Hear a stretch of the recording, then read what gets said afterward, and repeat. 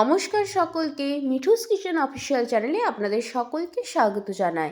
আশা করি আপনারা যেখান থেকে আমার এই ভিডিওটি দেখছেন আপনারা সকলেই ভালো আছেন এবং সুস্থ আছেন। পনিরের অনেক রকম রেসিপি তো আমরা ট্রাই করেই থেকেছি, তাই ভাবলাম আজকে আপনাদের সাথে একটা নতুনত্ব রেসিপি শেয়ার করে নিই।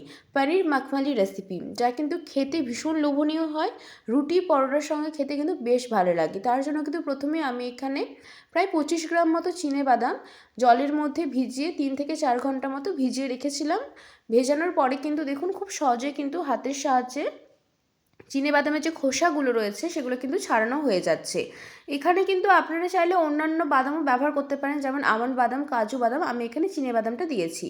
এরপরে বাদামের খোসাটা আমাদের ছাড়ানো হয়ে গিয়েছে, মিক্সিং জারের মধ্যে আমি ছাড়িয়ে নিয়েছি। তারপরে কিন্তু 2 চামচ আমি এখানে পোস্ত দিয়ে দিয়েছি। 2 চামচ পোস্ত দেওয়ার পরে কিন্তু এখানে সামান্য পরিমাণ অল্প একটু জল দিয়ে কিন্তু খুব সুন্দর করে একটা পেস্ট বানিয়ে নেব। পেস্টটা কিন্তু একটু গাঢ় গাঢ় হবে, খুব বেশি পাতলা হবে না, যেহেতু বাদামটা রয়েছে। তারপরে আরেকটা পেস্ট আমরা বানিয়ে নেব। সেটা হচ্ছে, প্রথমে আমি এখানে একটা মাঝারি সাইজের টমেটো কুচিয়ে নিয়েছি মিক্সিং জারের মধ্যে। তারপরে আমি এখানে দিয়ে দিচ্ছি কয়েক টুকরো আদা আর 3টে বড় কাঁচা লঙ্কা। ঝালটা যে যেমন খেতে পছন্দ করেন সেই মতো কিন্তু এখানে দেবেন। আমি এখানে 3টে কাঁচা লঙ্কা দিয়েছি। তারপরে কিন্তু পেস্টটা বানিয়ে নেব। জল দেওয়ার কোনো প্রয়োজন নেই, যেহেতু টমেটো রয়েছে সেই জন্য কিন্তু জল দিতে হবে না। তারপরে কিন্তু আমি এখানে পনিরটা টুকরো করে কেটে নিচ্ছি। পনিরটা কিন্তু আমি বাড়িতেই বানিয়েছি। দুধটা ভালো করে ফুটিয়ে নেওয়ার পরে যতটা পরিমাণ জল দিয়েছি তার মধ্যে কিন্তু ততটা পরিমাণ ভিনিগার দিয়ে তারপরে দুধটা কাটিয়ে নিয়েছি। আর বাড়িতে বানানো পনিরটাই কিন্তু আমার বেশি ভালো লাগে, যেহেতু দোকানে পনিরগুলো একটু শক্ত হয়, চিমড়ে হয়। বাড়িতে পনিরটা বানালে কি হয়, বেশ নরম হয় আর খেতেও টেস্টি হয়। দেখুন আমি কিন্তু এখানে একটু ছোটো ছোটো করে কাটছি। আপনারা আপনাদের পছন্দ মতো শেপে কেটে নিতে পারেন। আমি এখানে চৌকো চৌকো করেই কাটছি। এখানে প্রায় আমি নিয়েছি 300-350 গ্রাম মতো পনির আছে এখানে। আপনারা যে যেমন পরিমাণে রেসিপিটা বানাবেন সেই মতো কিন্তু পনিরটা নিয়ে নেবেন। আমাদের কিন্তু পনিরটা এইভাবে আমি কেটে নিচ্ছি। পনিরটা বাড়িতে বানানোর চেষ্টা করবেন, তাহলে কিন্তু এই রেসিপিটা বেশি টেস্টি হয় খেতে। দোকানের পনিরও ভালো, কিন্তু বাড়িতে বানালে কিন্তু সেটা আরও ফ্রেশ হয়, সেই জন্য কিন্তু খেতে বেশ ভালো লাগে। আমাদের কিন্তু পনিরটা একদম রেডি হয়ে গেছে। দেখুন আমি কিন্তু এখানে একটি পাত্রের মধ্যে পনিরটা নিয়ে নিচ্ছি। এরপরে কিন্তু একটি পাত্রের মধ্যে ফুটন্ত গরম জল বসিয়ে দিয়েছি। তার কারণ হচ্ছে পনিরটা ভেজে কিন্তু আমি গরম জলের মধ্যে ফেলবো, যাতে পনিরটা একদম নরম থাকে, সেই জন্য। এরপরে কিন্তু জলটা আমাদের ফুটে গিয়েছে, একটি পাত্রের মধ্যে আমি জলটা ঢেলে নিচ্ছি। তারপরে কড়াইয়ের মধ্যে বেশ খানিকটা পরিমাণ সাদা তেল বসিয়ে দিয়েছি গরম করতে। তেলটা গরম হয়ে আসলে ওর মধ্যে দিয়ে দিচ্ছি পরিমাণ মতো নুন। নুনটা দেওয়ার পরে কিন্তু টুকরো করে রাখা পনিরগুলো এর মধ্যে দিয়ে দিয়েছি। পনিরটা দেওয়ার পরে কিন্তু বেশি লালচে করে বা কড়া করে ভাজবেন না একদম, তাতে কিন্তু পনিরগুলো খেতে একদম ভালো লাগে না। যারা কড়া পনির খেতে ভালোবাসেন তারা কিন্তু একটু কড়া করে ভাজতে পারেন, তবে আমি হালকা একটু গায়ে লালচে দাগ আসছে তখনই কিন্তু পনিরগুলো তুলে নেব। দেখুন আমাদের কিন্তু ঠিক এই পর্যায়ে পনিরগুলোর গায়ে কিন্তু লালচে লালচে একটা দাগ চলে এসছে, মানে গোল্ডেন ব্রাউন কিন্তু হয়ে গিয়েছে হালকাভাবে।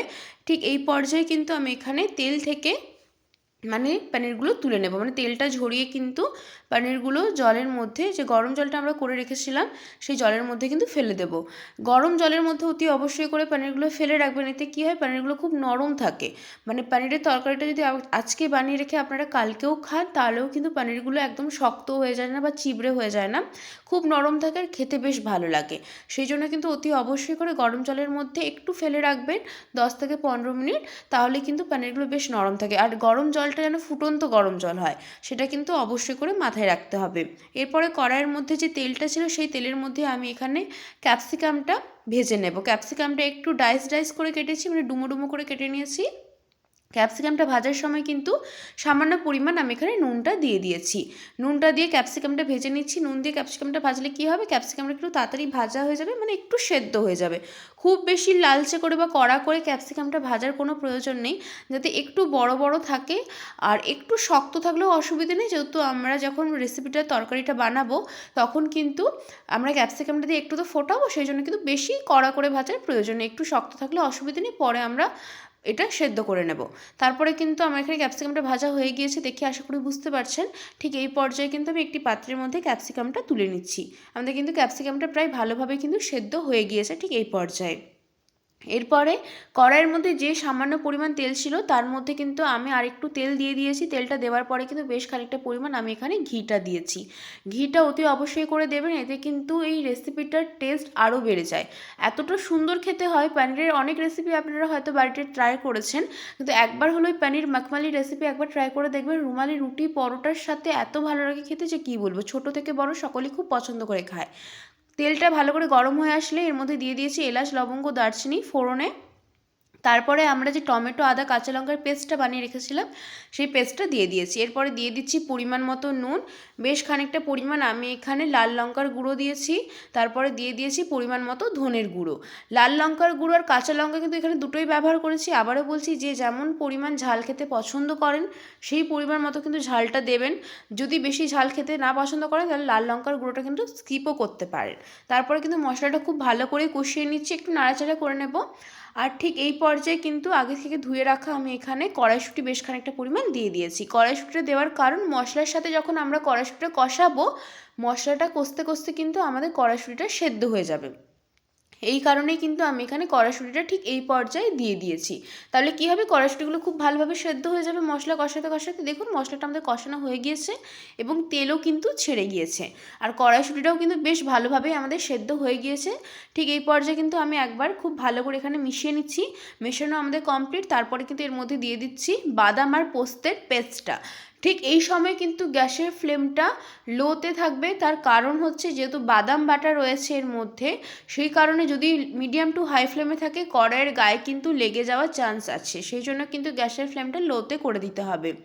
তারপরে কিন্তু এখানে খুব ভালো করে মশলার সঙ্গে এটা আমি মিশিয়ে নিচ্ছি। দেখুন কতটা সুন্দর দেখতে লাগছে। মশলার সঙ্গে কিন্তু বাদাম আর পোস্তর পেস্টটা খুব ভালো করে কষিয়ে নিতে হবে। মিনিট 5 সময় নিয়ে, খুব একটা বেশি কষাতে সময় লাগবে না। এটা ভালো করে কিন্তু আমি এখানে মিশিয়ে নিচ্ছি, যাতে খুব ভালো করে মশলার সঙ্গে এবং কড়াইশুঁটির সঙ্গে বাদাম আর পোস্তটা খুব ভালো করে মেশানো হয়ে যায়, একটু ভাজা ভাজা হয়ে যায় মশলাটা। সেই জন্য কিন্তু একটু ভালো করে কিন্তু আমি এখানে মিশিয়ে নিচ্ছি। দেখুন আমাদের কিন্তু মশলাটা একদম ভালো করে কিন্তু মেশানো হয়ে গিয়েছে। দেখে আশা করি বুঝতে পারছেন, কড়াইয়ের গা থেকে কিন্তু ছেড়ে আসছে। তার মানে বুঝতে হবে মশলাটা কিন্তু আমাদের খুব ভালো করে ভাজা হয়ে গিয়েছে। ঠিক এই পর্যায়ে কিন্তু মিক্সিং জার ধোয়া জলটা দিয়ে দিয়েছি। যে পোস্ত আর বাদামটা বেটেছিলাম সেই জার ধোয়া জলটা কিন্তু এর মধ্যে ব্যবহার করেছি। বেশি খুব একটা এখানে জল দেবেন না, কারণ হচ্ছে আমরা যে পনিরটা ভেজে গরম জলের মধ্যে ফেলে রাখছিলাম সেই জলটাই কিন্তু আমি এখানে দেব। তার জন্য কিন্তু আলাদা করে বেশি জল দেওয়ার প্রয়োজন নেই। মিক্সিং জার ধোয়া জলটা দিয়ে কিন্তু একটু নাড়াচাড়া করে ফুটিয়ে নিচ্ছি। একটু ফুটে আসলেই কিন্তু আমরা এখানে যে পনিরটা ভেজে গরম জলের মধ্যে ফেলে রাখছিলাম সেই গরম জলের মধ্যে আর জলটা সমেত কিন্তু পনিরটা একেবারেই কিন্তু আমি এর মধ্যে দিয়ে দেবো। আলাদা করে কিন্তু আর কোনো জলের ব্যবহার করব না। অতি অবশ্যই করে জলটা দেবেন। জলটা দিলে যেহেতু জলটাও খানিকটা গরম রয়েছে, আমি এখানে 10 মিনিট মতো পনিরটা ভিজিয়ে রেখেছিলাম গরম জলের মধ্যে, তাহলে কিন্তু তরকারিটার অনেকটা টেস্ট হয়। এরপরে ভাজা ক্যাপসিকামটাও দিয়ে দিয়েছি। ভাজা ক্যাপসিকামটা দেওয়ার পরে কিন্তু খুব ভালো করে একবার আমি এখানে মিশিয়ে নিচ্ছি, যাতে রেসিপিটা খুব ভালোভাবে হয়। সেই জন্য কিন্তু হাতে একটু সময় নিয়ে লো টু মিডিয়াম ফ্লেমে একটু ফুটিয়ে নেবেন। ক্যাপসিকামটাও যেহেতু ভাজা রয়েছে, পনিরটাও ভাজা রয়েছে, আর আমাদের কড়াইশুঁটিও কিন্তু সেদ্ধ হয়ে গিয়েছে। মশলা কিন্তু একদম খুব ভালো করে আমরা কষিয়ে নিয়েছি। তার জন্য কিন্তু বেশি খুব একটা সময় লাগবে না। হাতে একটু সময় নিয়ে যখন একটু দেখবেন ফুটে আসছে, ঠিক সেই পর্যায়ে কিন্তু ওপর থেকে বেশ খানিকটা পরিমাণ আমি এখানে গরম মশলা গুঁড়ো দিয়ে দিয়েছি। গরম মশলা গুঁড়ো দেওয়ার পরে কিন্তু খানিকটা পরিমাণ দিয়ে দিয়েছি কাসুরি মেথি। কাসুরি মেথিটা অতি অবশ্যই করে ব্যবহার করবেন। ধনেপাতা একদম দেবেন না, এই রেসিপিতে কিন্তু ধনেপাতা দিলে খুব একটা ভালো লাগে না খেতে। কাসুরি মেথিটাই কিন্তু দেবেন।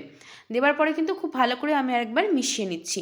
দেখুন কতটা লোভনীয় দেখতে হয়েছে। যতটা না লোভনীয় দেখতে হয়েছে, খেতে কিন্তু এর থেকেও বেশি সুস্বাদু হয়।